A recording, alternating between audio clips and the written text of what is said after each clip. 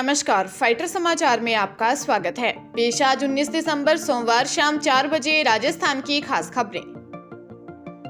चूरू जिले के रतन नगर में नाबालिग भतीजी के किडनैप होने के 1.5 महीने बाद भी पुलिस के लापरवाही के रवैये से नाराज ताऊ ने जहरीला पदार्थ खा लिया। चूरू के हॉस्पिटल में उनका इलाज चल रहा है। किडनैप नाबालिग भतीजी को 1.5 महीने बाद भी पुलिस नहीं खोज पाई। भर्ती सुरजाराम के बड़े भाई नाथूराम ने बताया कि गांव हुणंतपुरा से 29 अक्टूबर की रात को 12वीं क्लास की 17.5 साल की नाबालिग छात्रा लापता है।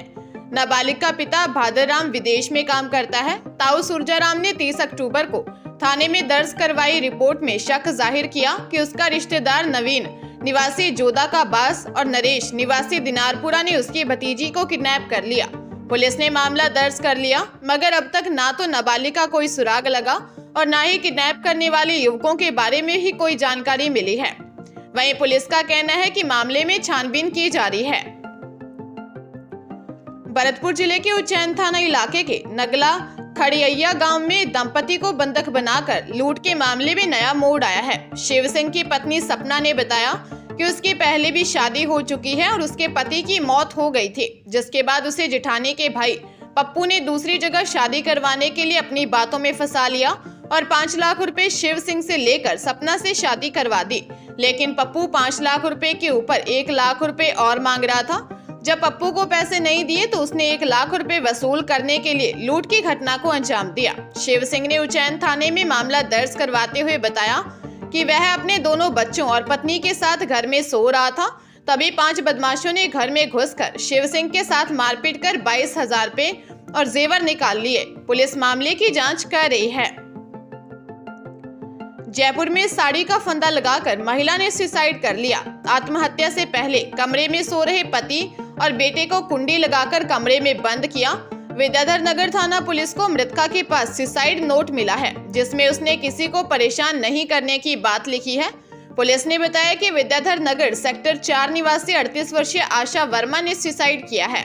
वह पति हेमराज और 6 साल के बेटे के साथ यहाँ रहती थी। हेमराज एडवोकेट है, जबकि आशा 2nd grade teacher competition exam की तैयारी कर रही थी। मृतका ने सुसाइड नोट में लिखा है कि मेरे बच्चे का ध्यान रखना, मेरे परिवार को किसी प्रकार से परेशान नहीं किया जाए, मेरे पति की दूसरी शादी करवा देना। पुलिस आत्महत्या के कारणों का पता लगाने के प्रयास कर रही है। भरतपुर जिले के कामा महाविद्यालय के अखिल भारतीय विद्यार्थी परिषद के छात्र संघ अध्यक्ष से मारपीट के मामले में स्टूडेंट कामा थाने पहुंचे, जहां उन्होंने सीओ प्रदीप यादव से कहा कि अगर 24 घंटे के अंदर आरोपियों को गिरफ्तार नहीं किया गया तो एबीवीपी पूरे जिले में आंदोलन करेगी, जिसकी जिम्मेदारी खुद प्रशासन की होगी। घटना दोपहर 12 बजे की है। छात्र संघ अध्यक्ष विनोद बैंसला जा रहा था। उस समय उसे करीब 15 बदमाशों ने गर्ल्स स्कूल के पास रोक लिया और पैसे मांगने लगे, लेकिन विनोद जैसे तैसे वहां से निकल गया। बदमाशों ने फिर से उसका पीछा किया और कॉलेज के पास पकड़कर उसकी लाठी डंडों से पिटाई कर दी। बदमाशों ने सोने की चेन और पैसे भी लूट लिए, जिसके बाद विनोद ने कामा थाने में मामला दर्ज करवाया। फेसबुक लाइव पर गाली गलौज कर सुर्खियों में आई लेडी डॉन रेखा मीना जेल में है। करौली में एक स्टूडेंट को गोली मारने के बाद वह फरारी काटने जयपुर आई थी। फेसबुक लाइव पर आकर गाली गलौज करने की गलती से रेखा मीना पुलिस के हाथ लगी। रामनगरिया पुलिस ने महज 11 घंटे में लोकेशन ट्रेस कर उसको पकड़ लिया। लेडी डॉन को उसके एक दोस्त के घर से पकड़ा गया था। यहाँ उसने शराब पार्टी की थी। पुलिस ने जब उसको पकड़ा तो वह बोली, मुझे जयपुर जेल मत भेजना, चाहे करौली, दौसा या सवाई माधोपुर जेल भेज दो।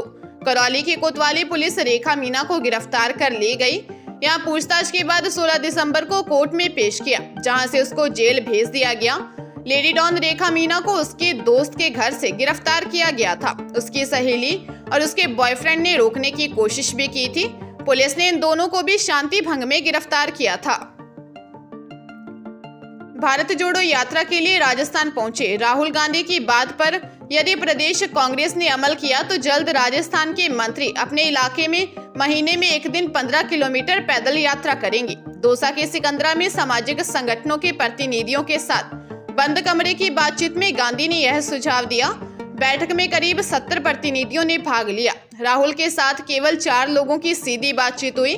बैठक में राहुल बोले, इस समय जो डर पैदा हो गया है उसे समाप्त करने की जरूरत है। डर आम आदमी में नफरत का माहौल बना रहा है। इसलिए राजस्थान सरकार को सुझाव दूंगा कि हर महीने प्रत्येक मंत्री अपने क्षेत्र में कम से कम एक दिन 15 किलोमीटर की पैदल यात्रा कर लोगों से संपर्क करे। ऐसा होने से डर का माहौल अपने आप खत्म होने लगेगा। बीजेपी के प्रदेश अध्यक्ष डॉक्टर सतीश पूनिया ने कोटा में जन आक्रोश रैली को संबोधित करते हुए कांग्रेस सरकार पर जमकर निशाना साधा। उन्होंने लाडपुरा में कार्यकर्ताओं को संबोधित करते हुए विकास दर में प्रदेश 2018 में 12वें नंबर पर था, अब 24वें नंबर पर पहुंच गया है। राजस्थान सरकार ने 5 लाख करोड़ का कर्जा लिया है। ऐसे में जन्म लेने वाले बच्चा पर अपने माथे पर 80,000 का कर्ज लेकर आता है। राजस्थान के हालात अफ्रीकी देशों के जैसे हो गए हैं, जैसे वहां भूखमरी, बेकारी व बेरोजगारी है। यह सरकार ऐसी है जो भगवान भरोसे चल रही है। राजस्थान की जनता की चिंता करने के बजाय कुर्सी बचाए रखने की चिंता मात्र तक सीमित है। उन्होंने कहा, राजस्थान की जनता ने इस कांग्रेस सरकार को उखाड़ फेंकने का निर्णय किया है। जन आक्रोश यात्रा में मिली शिकायतों की गठरी बन गई है, जिस गहलोत के माथे पर रखा जाएगा या घोषणा पत्र में लिखेंगे। जयपुर की हरमाड़ा थाना पुलिस ने 2 शातिर ठगों को हरियाणा के सिरसा से गिरफ्तार किया है। दोनों आरोपी पेपर और सोशल मीडिया में इलेक्ट्रिक वाहनों की बढ़ती मांग को देखते हुए डीलरशिप देने का विज्ञापन देकर ठगी करते हैं। पुलिस ने 34 वर्षीय सिरसा हरियाणा निवासी अनिल सोनी उर्फ नीलू उर्फ अशोक जैन और 34 वर्षीय दीपक उर्फ अजीत सिंह को गिरफ्तार किया है। बदमाशों के 2 साथी पूर्व में भी पुलिस गिरफ्तार कर चुकी है। डीसीपी वेस्ट वंदित राणा ने बताया कि कुम्हेर भरतपुर निवासी गजेंद्र सिंह ने शिकायत दर्ज करवाई थी। बदमाशों ने फर्जी सिम कार्ड व फर्जी लोगों के खातों का इस्तेमाल कर लोगों के साथ करोड़ों रुपए की धोखाधड़ी कर लोगों से रुपए लेकर फरार हो गए थे। मुलजिमानों ने वारदातों के दौरान अपनी पहचान का कोई साक्ष्य नहीं छोड़ा था।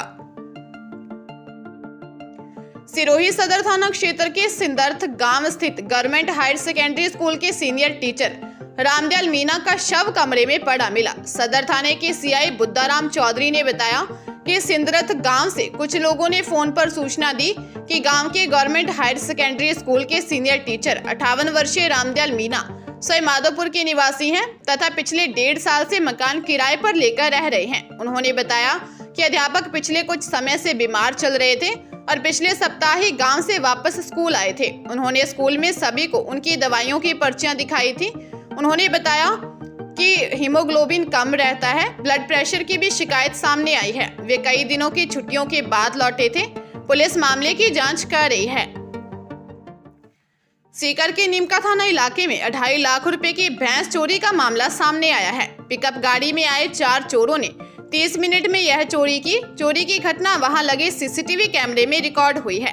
भैंस मालिक अनिल कुमार ने थाने में मामला दर्ज करवाते हुए बताया कि वह नीमका थाना वार्ड नंबर 19 हीरा नगर का रहने वाला है। घर के पास एक मैदान में 2 भैंस और भैंस के बच्चे बंधे हुए थे। रात करीब 2 बजे के लगभग 4 चोर आए और करीब 30 मिनट में दोनों भैंस और भैंस के दोनों बच्चों को पिकअप गाड़ी में डालकर ले गए। अनिल के मुताबिक दोनों भैंस की कीमत 2.50 लाख रुपए है।